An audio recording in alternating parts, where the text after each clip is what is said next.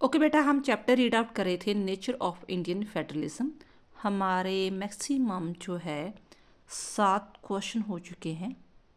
ठीक है, now next question, 8th question, write any 4 unitary feature of the Indian constitution.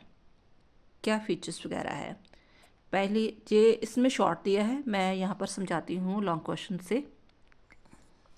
यूनाइटरी feature of Indian constitution क्या है कि maximum जो राइटर है वो कहते हैं कि नहीं, इंडियन फेडरलिज्म सिस्टम नहीं है बल्कि यूनाइटरी सिस्टम है। पहले बात वो तर्क देते हैं कि देखो, absence of the word federalism in the constitution.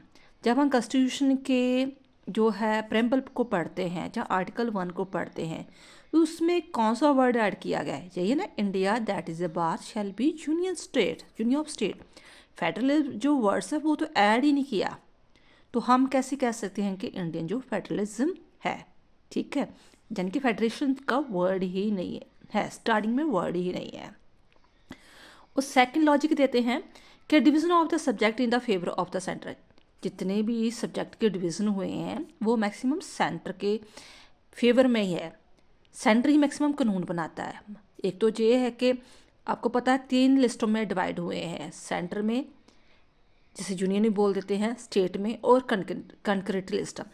और सेंटर जो है 98 सब्जेक्ट को एंजॉय करता है, और जो कंकरेट लिस्ट में 52 है ना, उसमें भी सुपरमेसी जो है सेंटर की ही होती है।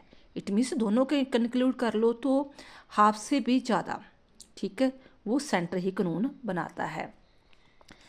तीसरी बात, encroachment of the centre in the state list during the ordinary circumstances. के जो सेंटर है ना वो ऑर्डरिंग सर्कमस्टेंसेस में भी जो कानून बना सकता है, स्टेट कुछ नहीं कह सकता। कि अगर लगता है सेंटर को जो राष्ट्रीय हित में जो चीज़ें हैं तो वो उसमें अपना कानून बना सकता है। And 4, no separate constitution of the state. जो फेडरल स्टेट्स होती हैं ना, हम इसका विरोध कर रहे हैं ना कि नहीं, जो यूनाइटरी कॉन्स्टिट्यूशन है हमारा, जो फेडरलिज्म होते हैं उसमें अलग अलग कॉन्स्टिट्यूशन होते हैं। सेंटर का अलग होता है, स्टेट में अलग होता है। जैसे अमेरिका का है, सोवियत यूनियन का, स्विट्जरलैंड का है, दोनों के दो कॉन्स्टिट्यूशन होते हैं। लेकिन हमारे इंडिया में तो एक ही कॉन्स्टिट्यूशन पाया जाता है, वो सेंटर का भी सेम है और स्टेटों का भी सेम है। आगे और तर्क देते हैं कि देखो, जो फेडरलिज्म स्टेट्स होती हैं उसमें 2 सिटीजनशिप होती है। जैसे यूएसए में है, एक तो वो यूएसए का सिटीजन होगा, एक मान लो कोई कैलिफोर्निया में रह रहा है तो कैलिफोर्निया का भी सिटीजन होगा। यानी कि एक ही देश में ड्यूअल सिटीजनशिप पाई जाती है। लेकिन हमारे देश में जस्ट ओनली सिंगल सिटीजनशिप पाई जाती है। वो किसी भी प्रांत का हो, बिहार का है, असम का है, नागालैंड का है, किसी भी का है, लेकिन कहलाएगा क्या? इंडियन। इंडियन की ही सिटीजनशिप मिलेगी। और नेक्स्ट एक और तर्क है, सिंगल इंटीग्रेटेड जुडिशरी। तो हमारी जो सुप्रीम कोर्ट है वो भी एक है, ठीक है।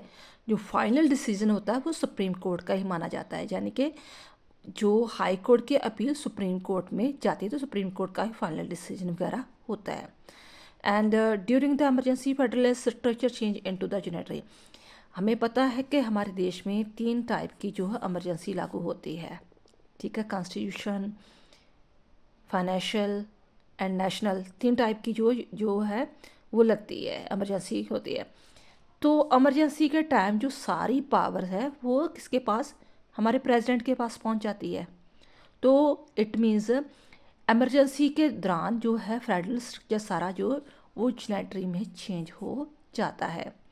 और नेक्स्ट और लॉजिक दिया है, governor acts as an agent of the central government.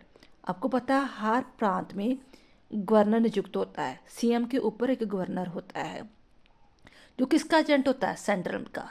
क्योंकि सेंटर ने ही प्रांतों में बिहार, असम, पंजाब, हरियाणा कह लो, वहाँ पर गवर्नर को सेंड किया होता है। आपको पता है गवर्नर की एक कंडीशन होती है कि वो उस प्रांत का जो बंदा नहीं हो सकता। अगर पंजाब का गवर्नर है तो वो पंजाब का वासी नहीं होगा, ठीक है। वो बिहार का हो सकता, असम का हो सकता, लेकिन पंजाब का नहीं होगा। ये कंडीशन होती है। तो इट मीन्स सेंटर ही उसे भेजती है, तो वो सेंटर के एजेंट के रूप में ही काम करता है। तो आई थिंक काफ़ी आपको लॉजिक मिल गई। वैसे उन्होंने 4 को पुट किए थे कि यूनाइटरी फीचर ऑफ इंडियन कॉन्स्टिट्यूशन के कोई 4 पॉइंट्स बताओ, तो जहाँ मैंने आपको 8 बता दिए हैं, तो कोई भी आप 4 अटैम्प्ट कर सकते हो। थैंक्स बेटा।